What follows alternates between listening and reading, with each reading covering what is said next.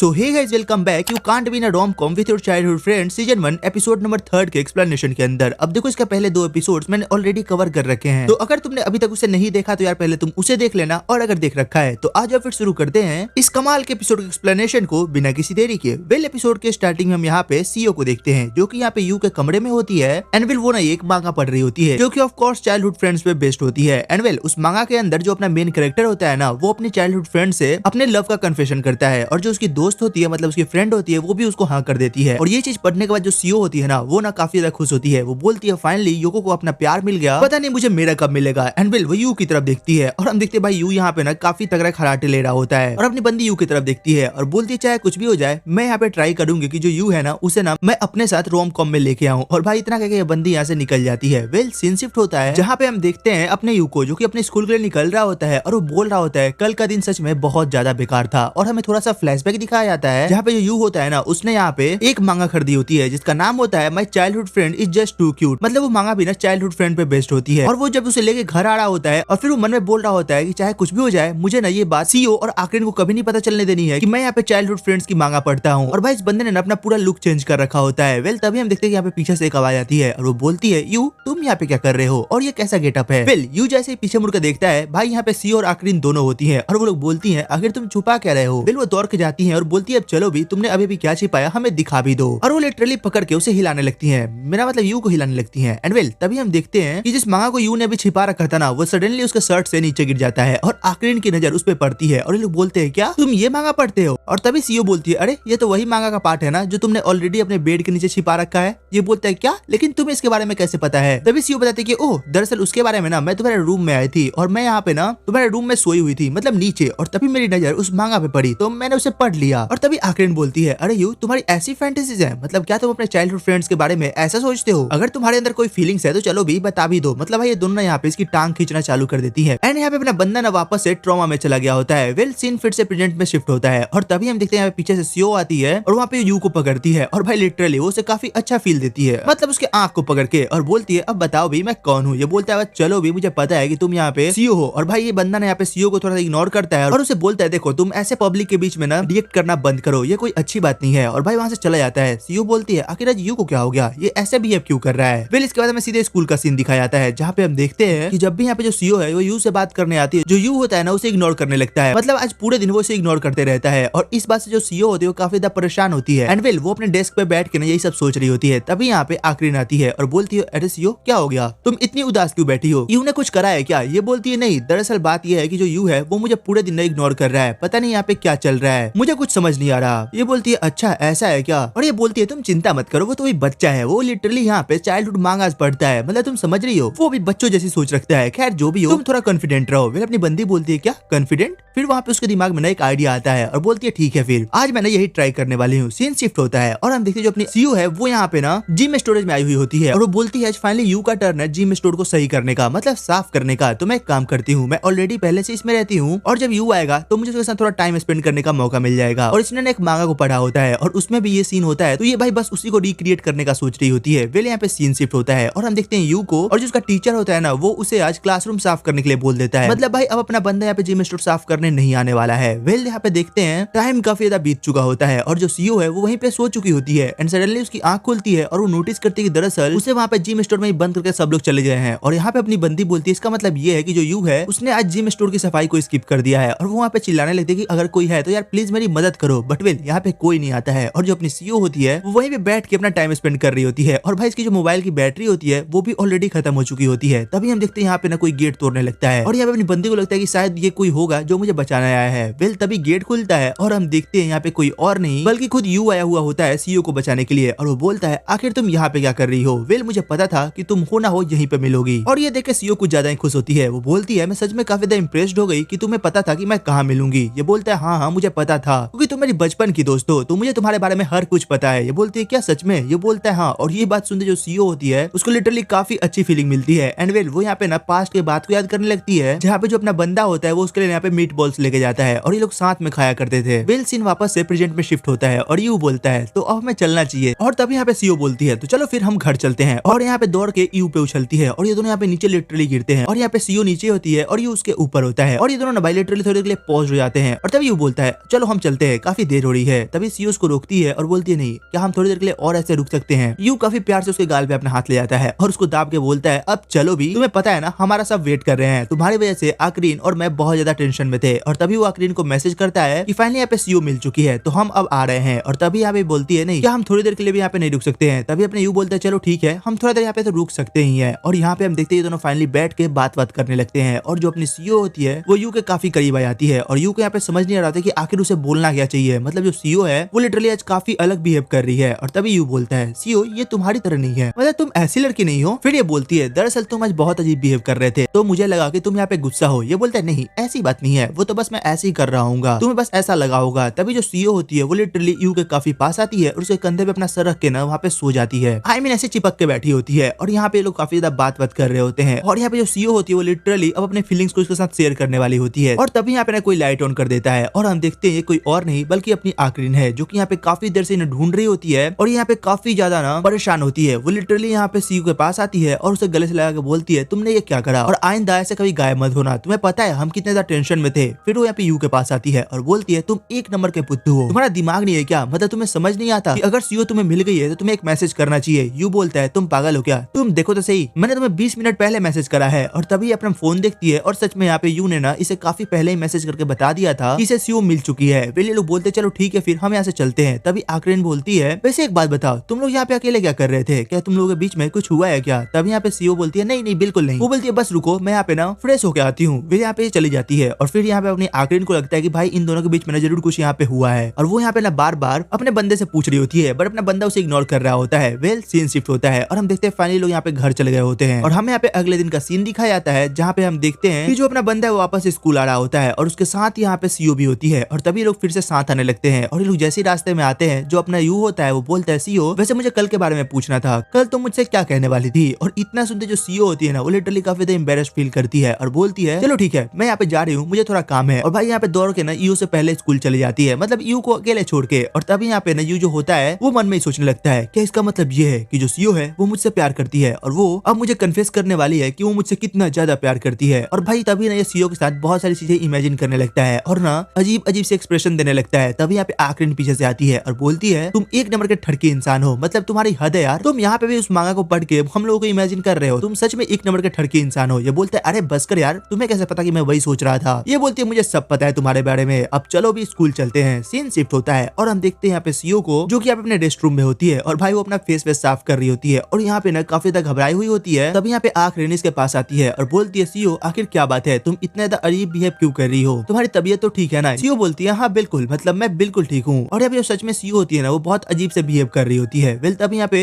आकरीन इससे आगे पूछने वाली होती है कि मतलब क्या सच में उस रात कुछ नहीं हुआ था। मतलब भाई जो आकरीन है ना इसे अभी भी लग रहा है कि उस रात कुछ तो हुआ है जो कि ये लोग उसे नहीं बता रहे हैं। एंड फाइनली आकरीन फिर से पूछ लेती है कि चलो भी अब बता भी दो, क्या सच में उस रात वहाँ पे कुछ हुआ था क्या। वेल यहाँ पे सीन शिफ्ट होता है और हम देखते हैं कि भाई यहाँ पे गर्ल्स के वॉशरूम के बगल में ही बॉयज का वॉशरूम होता है और यहाँ पे अपना बंदा ना अपने बाल सही कर रहा होता है और बोल रहा था कि चलो भी आज तो मैं उनके सामने अपना इंप्रेशन झाड़ के रहूंगा, मतलब उन्हें तो आज मेरे से प्यार हो के ही रहेगा। और तभी से सुनाई देती है कि ये दोनों यू को लेकर लड़ रहे होते हैं, मतलब बात कर रहे होते हैं। और अपने यू को लगता है कि अरे यार ये दोनों मेरी बातें क्यों कर रही है और वो भी इतना चिल्ला चिल्ला के, मुझे जल्दी जाना होगा। एंड वेल ये यहाँ पे दौड़ के जाता है और यहाँ पे जैसे पहुंचता है ना तभी हम देखते हैं सीओ को जो कि यहाँ पे आकरीन को कुछ बोलने वाली होती है। और जैसे वो यहाँ पे सीओ को देखती है ना वो लिटरली अपने बात को चेंज कर देती है। तभी सीओ बोलती है ओह दरअसल मैं ये बोलना चाहती थी मैं ईओ को तो कभी डेट ही नहीं कर सकती, वो अच्छा बंदा नहीं है, मतलब कि क्या यार वो बच्चों जैसा है। और ये बात सुनते ही जो ईओ होता है भाई उसका दिल टूट जाता है। वो बोलता है अब मैं क्या करूं, इन दोनों ने लिटरली मेरे मुंह पे मेरी बेइज्जती मारी है, अब मेरे पास बस एक ही ऑप्शन बचता है और वो ये है कि मैं जिम जाऊंगा और अच्छी खासी बॉडी बनाऊंगा। और भाई अपना बंदा यहाँ पे अपना टूटा हुआ दिल लेकर निकल लेता है। और तभी यहाँ पे सीओ देखती है और बोलती है यू आखिर तुम्हें क्या हो गया, तुम ऐसे क्यों जा रहे हो। यू बोलता है अब तुम्हें कुछ एक्सप्लेन करने की जरूरत नहीं है, मैं सब समझ चुका हूँ कि मुझे यहाँ पे क्या करना चाहिए, मुझे अब खुद को सही करना होगा। और भाई यहाँ पे लिटरली रोते हुए भाग रहा होता है कि मतलब मेरे साथ यहाँ पे काफी गलत हुआ है, इन दोनों ने मिलकर मेरे सपनों को तोड़ दिया है। और यहाँ पे हमें दिखाया जाता है आकरीन को जो कि अभी भी यू के बारे में सोच रही होती है और वो सोच रही थी यार जो यू है वो कितना ज्यादा डम बंदा है, मतलब उसे अभी तक समझ नहीं आ रहा है कि हम लोग उसे प्यार करते हैं। फिर तभी हम देखते हैं कि भाई इसके बाथरूम में यहाँ पे यू इंटर लेता है और यहाँ पे जो आकरीन होती है ना उसने कुछ नहीं पहना होता है और जो अपना यू होता है वो उसको ऐसे ही देख लेता है। और ये चीज देखते जो आकरीन होती है वो यू को पकड़ के कूट देती है। सीन शिफ्ट होता है और हम देखते हैं दरअसल जो यू है उसके घर वाले ना अभी आकरीन के घर पे शिफ्ट हुए हैं क्योंकि यू के घर में कुछ काम चल रहा है और इसी की वजह से जो अपना यू होता है वो आकरीन का बाथरूम यूज करने गया होता है। और भाई अब तुम्हें समझ आ गया होगा कि आखिर यहाँ पे चल क्या रहा था। पहले अभी जो अपनी आकरीन होती है उससे माफी